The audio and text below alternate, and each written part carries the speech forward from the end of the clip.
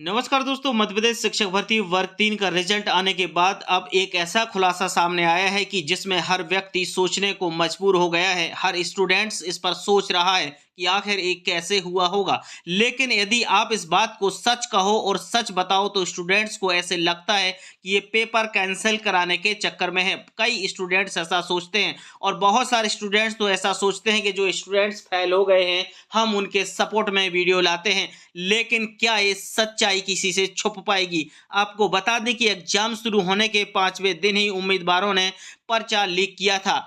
इसके बाद बात करें कि 3 दिन में 5 बार अलग-अलग पारी में पेपर हुआ है।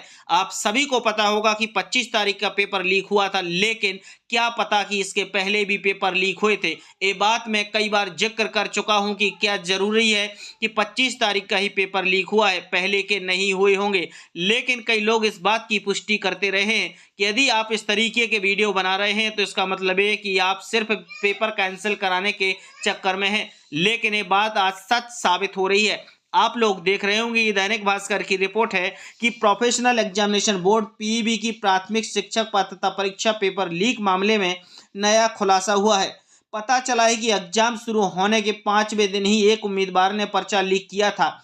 यह सब तब हुआ था जब परीक्षार्थी एग्जाम हॉल में पेपर दे रहा था। यह खुलासा प्राथमिक शिक्षक पात्रता परीक्षा की जांच कर रही एजेंसी एमपीएसईडीसी यानी Madhya Pradesh state electronic development corporation की जांच रिपोर्ट में हुआ है।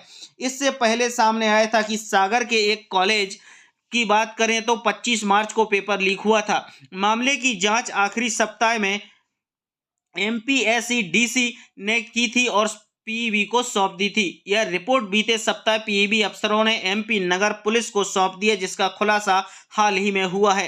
रिपोर्ट के मुताबिक परीक्षा के दौरान उसके कंप्यूटर की स्क्रीन जिस समय ब्लिंक हो रही थी उसी दौरान उसने सबसे ज्यादा प्रश्न हल किए हैं। ऐसा प्राथमिक शिक्षक पात्रता परीक्षा के दौरान 3 दिन में 5 बार अलग अलग पारी में हुआ है। ये रिपोर्ट 26 अप्रैल 2022 को पीईबी को सौंपी गई थी। 5 परीक्षार्थियों के खिलाफ पीईबी ने भोपाल में एमपी नगर थाने में केस भी दर्ज कराया है।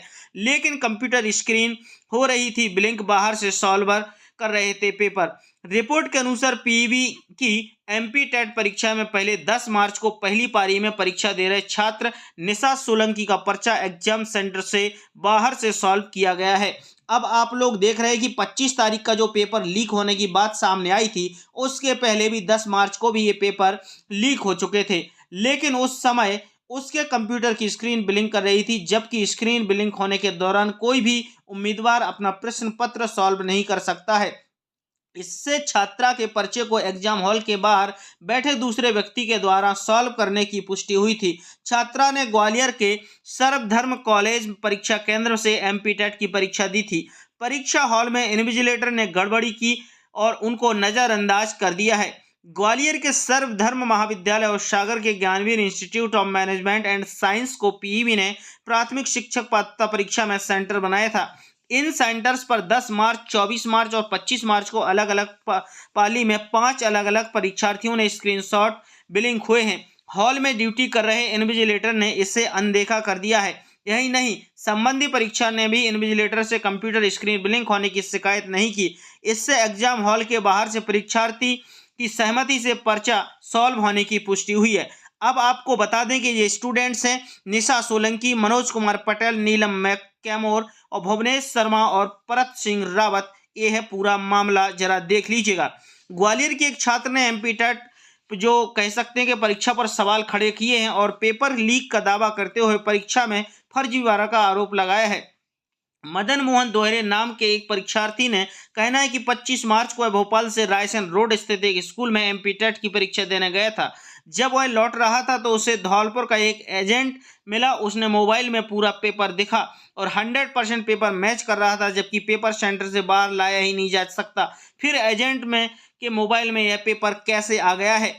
दोस्तों ये बहुत महत्वपूर्ण बात है, बहुत जानकारी समझने लायक है कि वाकई में आखिर ये कैसे हुआ होगा।